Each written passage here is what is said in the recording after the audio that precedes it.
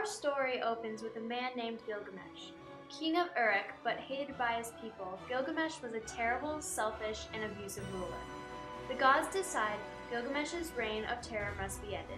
The goddess of creation, Aruru, is given the task of creating someone strong enough to take Gilgamesh down.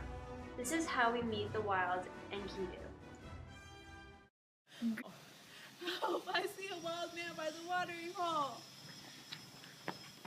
Temple prostitute, help me tame the wild beast.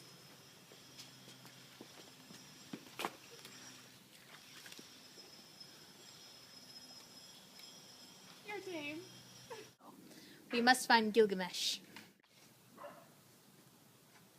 Traveler, where are you going with such a heavy load? These offerings are for the wedding at the palace. A wedding? Will Gilgamesh be there?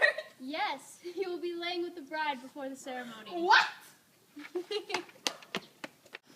Gilgamesh! What the?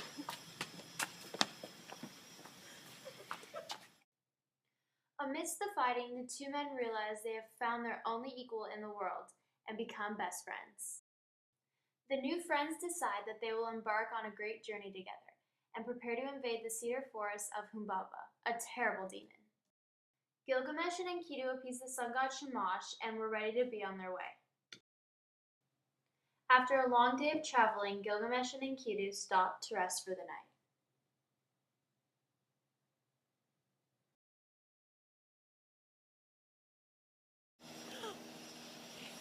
Enkidu, wake up! What is it? I've had a terrible dream. I can't. A mountain fell on us while we were walking through a ditch. Okay, calm down. It obviously means that we're gonna destroy Humbaba.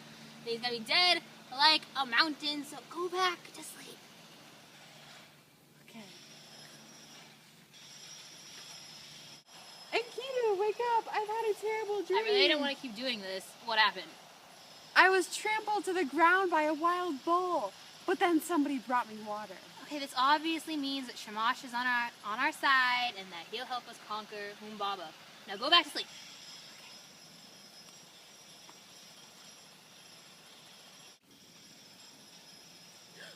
Enkidu, wake up! I've had a terrible dream. I really don't want to keep doing this. What happened? There was an earthquake and then fire was raining down from the sky. Okay, that clearly means... I don't care what it means. I'm praying to Shamash. Gilgamesh's terrible dreams were the effects of Humbaba's 7 garments that brought terror to anyone in their presence. The men were getting close to Humbaba. As they trekked further through the forest, Enkidu and Gilgamesh found Humbaba. A terrible battle commenced, with Enkidu and Gilgamesh reigning victorious. As a trophy, Gilgamesh chopped down the tallest cedar tree from the forbidden forest and brought it back to Uruk to make a new city. Ishtar, the goddess of love, was overcome with lust for Gilgamesh after seeing him defeat the terrible demon Humbaba. She begged him to be her husband, but Gilgamesh's refusal angered her so much she unleashed the bowl of heaven on him. But the bowl was no match for Gilgamesh and Enkidu, and they easily tore it to pieces. Victory! The gods were not nearly as pleased as our two heroes. They decided that as punishment for their deeds, one of the men has to die. Enkidu fell very ill and died shortly after.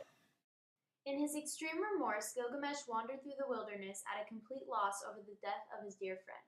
He wonders if he too is bound to Enkidu's terrible fate, so he decides to search for Utnapishtim in the hopes of learning the secret to immortality.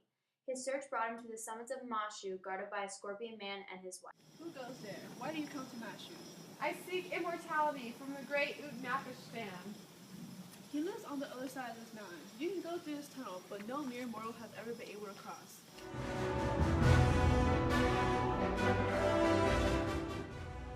Gilgamesh journeyed for hours through the tunnel in complete darkness, but when he finally emerged on the other side, he found himself in a lush garden overlooking the sea.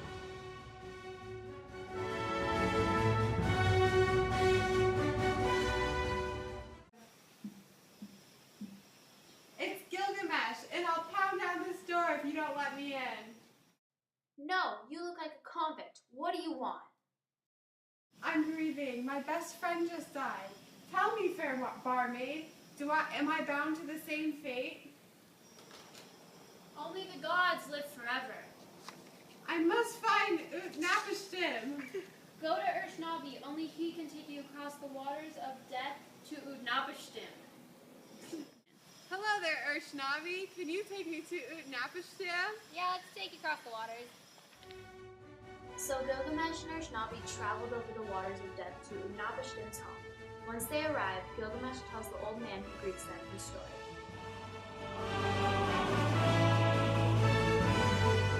You must be Utnapishtim. Tell me, what is the secret to immortality? In the great flood of the gods, I saved humanity, and as a result, I was granted eternal life. If you prove that you are worthy by not sleeping for 1 week, maybe you will be granted eternal life also. Gilgamesh tried and tried to keep himself from dozing off, but eventually he fell into a deep slumber. When he awakens, it is undeniable that he has failed. As a consolation, Ea, the goddess of wisdom, allows Gilgamesh to visit with Enkidu's spirit. Enkidu tells him death is only terrible for those who leave no mourners.